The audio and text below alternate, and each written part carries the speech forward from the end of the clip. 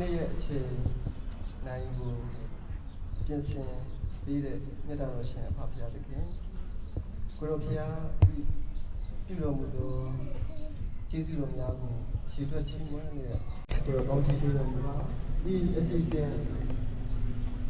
ပုံမှာတန်ရှင်းဆုံးဝင်နေတော်ဖျားผู้ဆုံးတဲ့များကိုကောင်းချီးပေးတော်မူပါ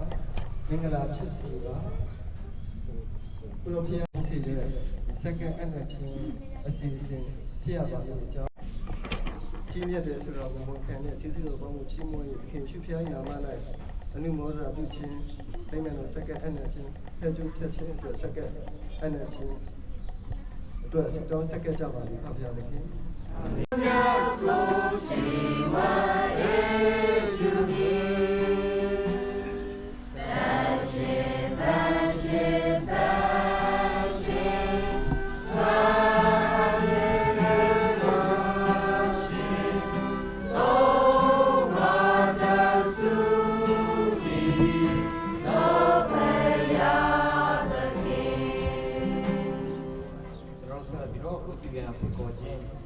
ဆောင်းတာနဲ့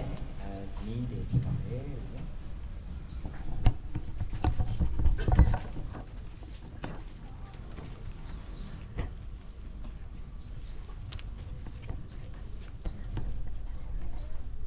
နော်ညက်ပြီးလက်ပေါ်လေးနောက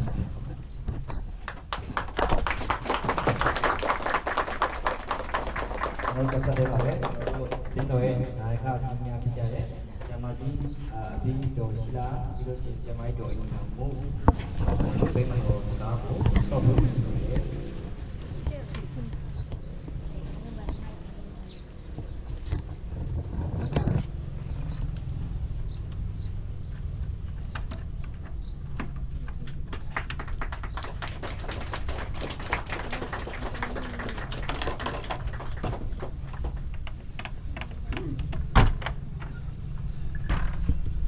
တို့ပရိသတ်များအတူတူကဗိမာန်တော်တဲ့သို့မရောက်နိုင်ပါဘူး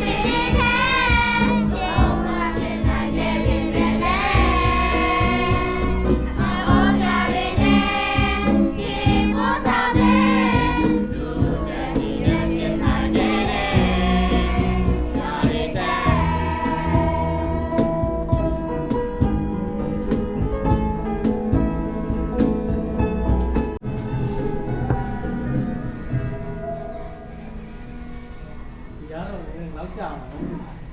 ဆရာမတော့ပါလေအင်တာနက်ကလည်းသိလို့ကောင်းတော့ဟုတ်နည်းအပေါ်ကတော့ပြီးတော့ဒီကတော့ပြီးတော့ငါစက္ကန့်လောက်ကြာ ဒီချိန်မှာတော့ကျွန်တော်တို့အချင်းတော်ကြီးများအားကျွန်တော်တို့မိခင်ချင်းတော်မှာတင်ပြကြီးစလိုင်းဝတ်ဆောင်မှာမှာတာမှာဖြစ်ပါတယ်လို့ဒါကကျွန်တော်လူကြီးများရှေ့ဆက်ကြောက်ကြောက်ပေးဖို့ခေါ်ဖြစ်ပါတယ်အကြောင်းရဟောပြချင်ပါတယ်ဖခင်သခင်ရဲ့အမှုတော်များအတွက်ယခုစက္ကန့်အနန္တတဲ့ဒီဗိမာန်တော်ကိုစောင့်ထိန်ကြည့်ရှုရန်ဒီတပည့်တော်စုမှာပါဝင်စက္ကန့်နေတဲ့ဤအမှုဆောင်လူကြီးများသင်တို့ပါဝင်စက္ကန့်နိုင်ရန်အတွက်သင်တို့ကိုရွေးကောက်ခဲ့ပြီးဖြစ်ပါလေ သို့အတွက်ကြောင့်သင်တို့သည်ဤတပည့်တော်စုနှင့်သက်ဆိုင်သမျှဤဗိမာန်တော်၏အကျိုးကိုဆောင်ရွက်ကြဘုရားသခင်ဟာတန်ရှင်းတော်မူတဲ့ဝတ်ပြုကိုးကွယ်နေလည်းရှိကြသောသူများအားလုံးတို့ဟာလည်းတန်ရှင်းကြရမှာဖြစ်ပြီးတော့လိုအပ်သည့်များကိုထိမ့်သိမ်းဆောက်ရှောက်ပြုပြင်မောမှန်ရမှာလည်းဖြစ်ပါလေအဲဒီလက်ထက်မှာရှိတဲ့ဗိဓိညင်ကိုဆက်လက်ပြီးတော့ရွတ်ဆိုကြရအောင်ယူမောင်းလို့ယူဝဲရ၌လေတော်ပင်ဒုက္ခတော်ဆင်ဖြင့်ဟောကြားရဲ့ဒီရဝိကျင်တွင်နိုင်ငံတော်တည်မြဲစေရန်အတွက်ဒီရန်စွာဆောက်ထားသောဒီမိမ့်မှန်တော်ကိုသစ္စာဖြင့်ကြည်ကြည်ဆောင်ရွက်ပါမည်ဟုဒီတော်တော်မူဘောဂလူကြီးများဖြစ်သောကျွန်တော်တို့သည်ဘုရားသခင်၎င်းအချင်းချင်း၎င်းပရိသေကြီးကြပါ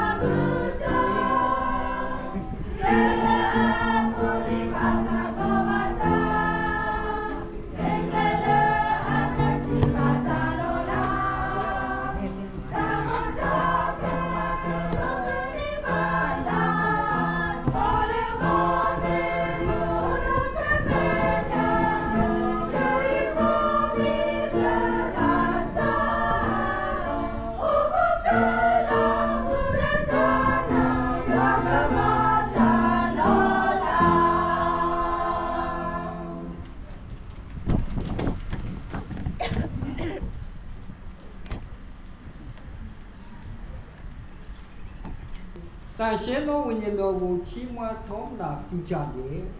ဒီဝိညာဉ်တော်ကိုဆက်ကြပါ၏ဆုတောင်းခြင်းချီးမွမ်းခြင်းဖြင့်ဝတ်ပြုကြရန်၎င်းနှုတ်ပတ်တော်ကိုဟောကြားရန်၎င်း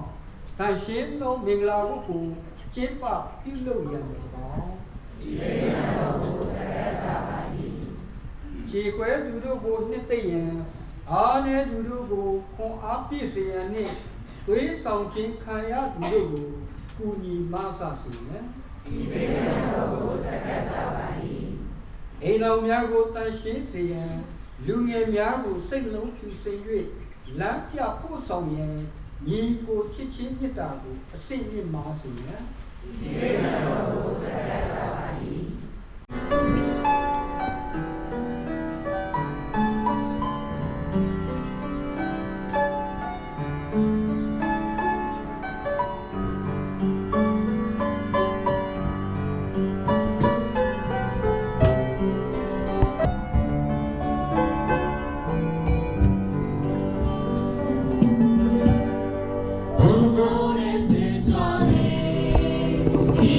Yuna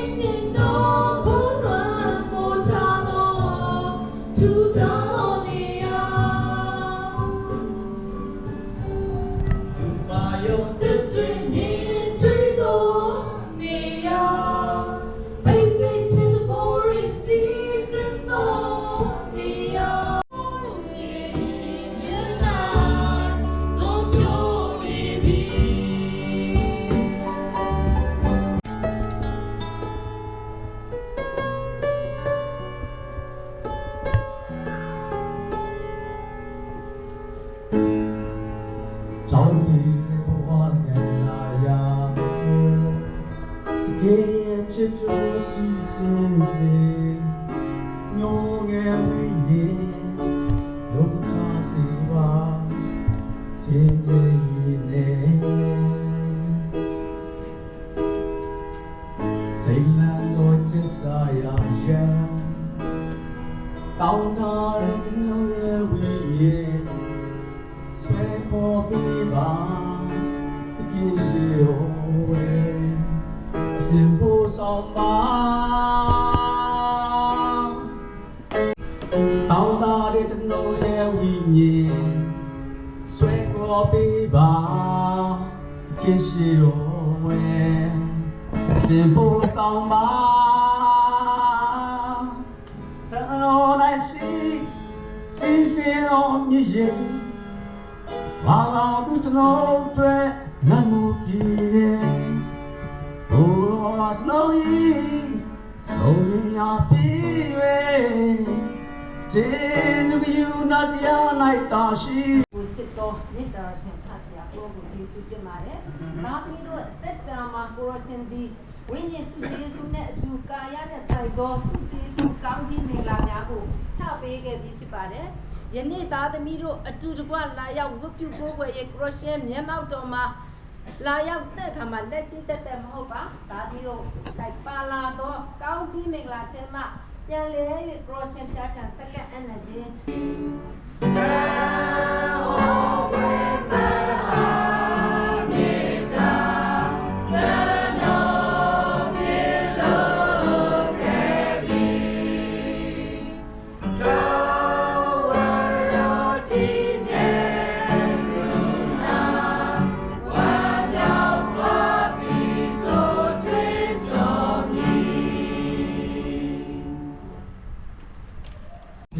အခြေပြုချမ်းစာကို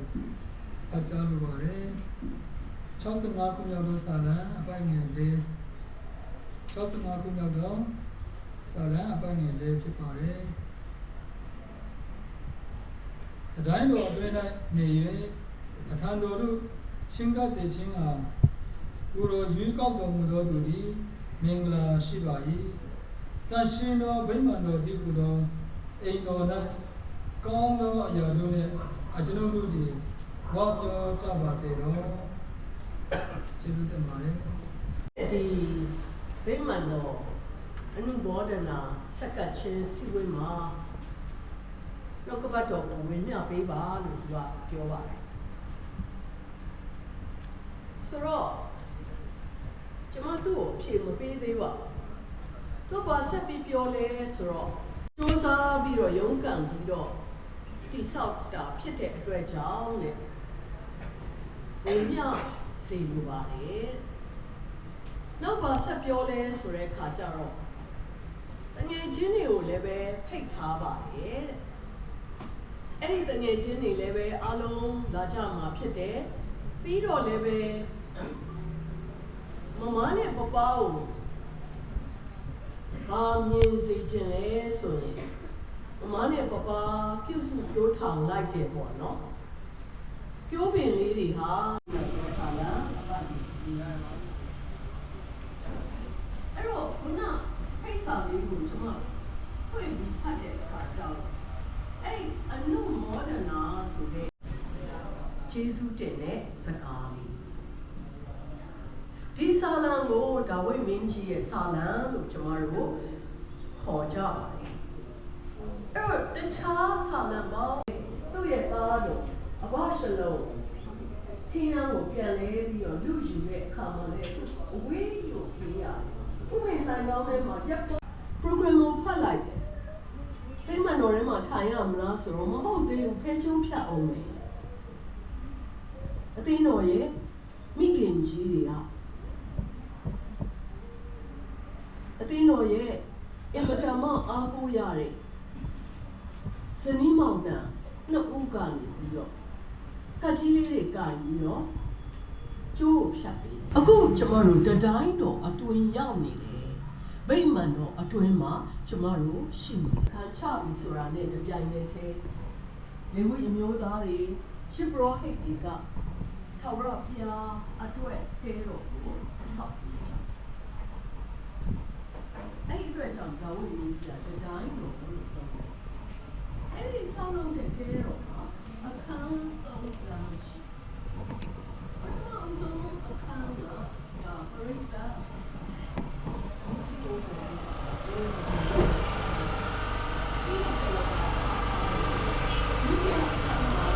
အရရတို့ပွဲလွင်သောအသင်းတော်နှိမ့်ဆက်ညှဉ်းပန်းခြင်းကိုခံရသောအသင်းတော်ဖြစ်ခဲ့ပါ၏သို့တော်လည်းပဲဘုရောသာသနာသည်အစဉ်တိုးပွားကြောင်းကိုတမိုင်းမှတ်တိုင်ထွန်းနိုင်ခဲ့ကြပါ၏ဒီကဲ့သို့ဘုရောသာသနာတိုးပွားရခြင်းအကြောင်းရင်းကြည့်သောအခါအသင်းဝင်သူယုံကြည်သူတို့သည်တမန်တော်တို့၏အဆုံးအမကိုခံယူပါ၏ချင်းချင်းမြစ်တာပြားလေဝေမျှလေခွန်အားယူသူဆောင်ခဲ့ကြတော်သူများဖြစ်ပါ၏ဒီလိုယူနိုင်သောတပည့်တော်ကောင်းများဖြစ်စေတော်မူပါဒီတပည့်တော်စုဆက်လက်၍ကြီးပွားတဲ့အသင်းတော်ဖြစ်လာသည့်တိုင်ကိုတော်မဆာတဲ့ကောင်းကြီးပေးတော်မူပါဒီနေ့သူသောအထူးဖြင့်လူငယ်လူငယ်များအတွက်စုကောင်းလိုပါရဲ့ဘုရားရှင်ပြားရဲ့ဒီဟာများတာခြင်းရောစောကကိုတည်တည်ပြီးအရှင်ဖြစ်ကြောင်းကိုတာမီးတို့ယုံကြည်တဲ့သစ္စာရှိသောအဖြစ်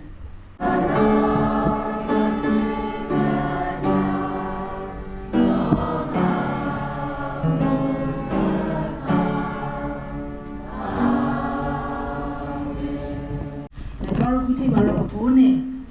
ကိုစားပြီးပေါ့နော်ဆရာဦးကောင်းစုဝင်းကနေပြီးတော့မှကျွန်တော်တို့ပြောတော့ဒီဘက်ဒီမှာပြောချင်သေးလေးတော့မသိဘူးပေါ့နော်ဆရာကိုခေါ်ဖိတ်ပါတယ်လို့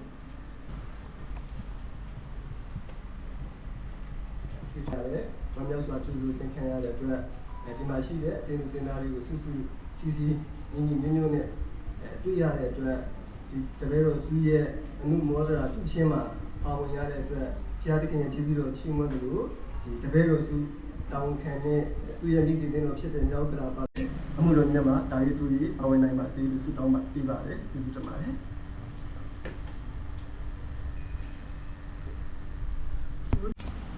ရှင်ဘုရားဖတ်ရဲ့ကျေးဇူးတော်ကိုချီးမွမ်းပါတယ်ဖျားရှင်ကကျမတို့ကိုဒီဗိမာန်တော်အသစ်ကိုပေးတဲ့အတွက်ဖျားရှင်ရဲ့ကျေးဇူးတော်ကိုအထူးပဲချီးမွမ်းပါတယ်ဖျားရှင်ကိုအထူးပဲကျေးဇူးတင်ပါတယ်ကျမတို့ဒီဗိမာန်တော်ကိုဆောက်လုပ်တဲ့အခါမှာစုစုပေါင်းကျမတို့ပုံချငွေကသိန်းပေါင်း956သိန်း9558ကျပ်ကုန်ခဲ့ပါတယ်အနည်းဆုံးပြောရရင်956ဆိုတော့သိန်း1000နီးပါးဒီဟာကဖျားရှင်ကျမတို့ကိုပြင်ဆင်ပေးတဲ့အရာတက်တက်ကဖြစ်ပါတယ်ဖျားရှင်မပေးဘူးဆိုလို့ရှိရင်ကျမတို့ဒီဟာကိုရမှာမဟုတ်ပါဘူးအထူးသဖြင့်ကျမတို့ဒီအရာကိုဆောက်လုပ်ပြီးတဲ့အခါမှာကျမတို့အနေနဲ့ကြွေးကြံဆိုတာမရှိတဲ့အတွက်ဖျားရှင်ရဲ့ကျေးဇူးတော်ကကျမတို့တပည့်တော်စုပေါ်မှာအလုံးမဲ့များပြားပါတယ်ဖျားရှင်ကကျမတို့အပေါ်မှာတကယ်ပဲကောင်းချီးပေးပါတယ်သူပဲကျေးဇူးတင်ပါတယ်လို့တကယ်ပဲအောင်အောင်စရာဘုရားရှင်ရဲ့ပို့ဆောင်ခြင်းသူရဲ့ဒီမှာရှိတဲ့တာဝန်ရတဲ့ဆရာမနဲ့ဆရာတို့ကလည်းတကယ်ပဲကြိုးစားကြပါအဲ့လိုကြိုးစားတဲ့အတွက်ကြောင့်အံ့ဩဖွယ်တာပေါ့နော်ဘုရားသခင်ကလည်းသူတို့ကောင်းကြီးပေးတယ်အချိန်လိုအတွင်းမှာဒီလိုစောင့်ဖြစ်လာခြင်းဟာဘုရားသခင်ဘက်ကကောင်းကြီးပေးလို့သူတို့ရဲ့ကြိုးစားအားထုတ်မှုပေါ်မှာလည်းတကယ်ပဲဘုရားသခင်အထူးရှိနေတယ်ကျွန်တော်တို့အသင်းတော်အသင်းမကြီးနေတော့ကြီးကြီးမားမားကျွန်တော်တို့ဟိုခေါ်မလဲထူညီဖို့တိတ်တော့ပြီးပြီးတော့မတက်နိုင်ဘူးเนาะဒီအသင်းတော်လေးဖြစ်လာဖို့ကလည်းကျွန်တော်ရဲ့ဆရာကြီးများဖြစ်တဲ့ဆရာကြီးဝင်းမောင်သေခရဆရာကြီးဦးလာဖေတို့ကကျွန်တော်ကိုတာဝန်ပေးတဲ့အတွက်ကြောင့်ဖြစ်ပါတယ်။အဲဒီတပည့်တော်များအနေနဲ့ကောင်းမွန်စွာစဉ်းစားနိုင်ပါမည်အကြောင်းတကယ်ရှိပြိုင်မြတ်သောနာမ၌လုံယူစွာဖြစ်ကျေးဇူးတော်ချီးမွမ်းဆက်ကအနံပါ၏ဖာခရမဆောတော်ဗျာ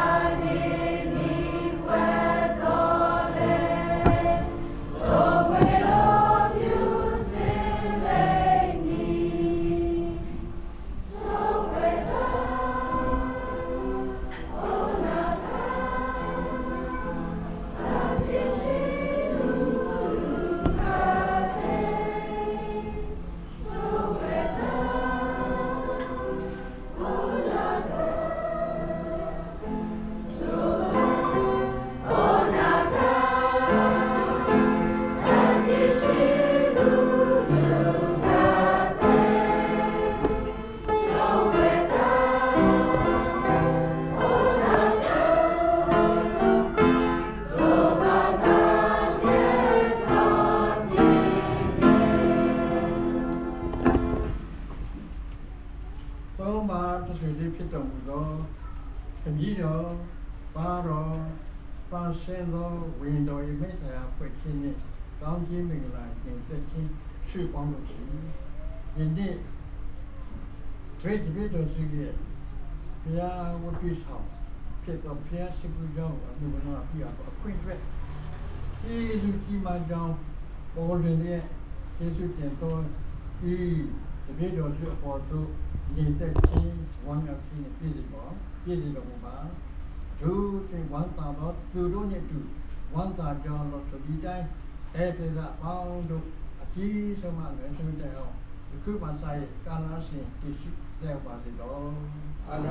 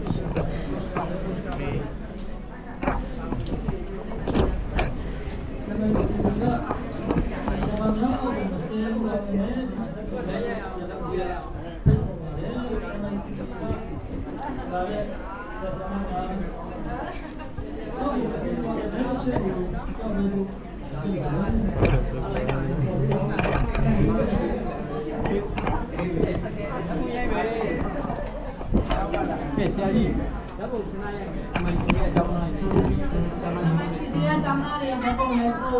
ကျောင်းသားအောင်ရဒီမှာအောက်မှာလေတက်လက်ပါပါ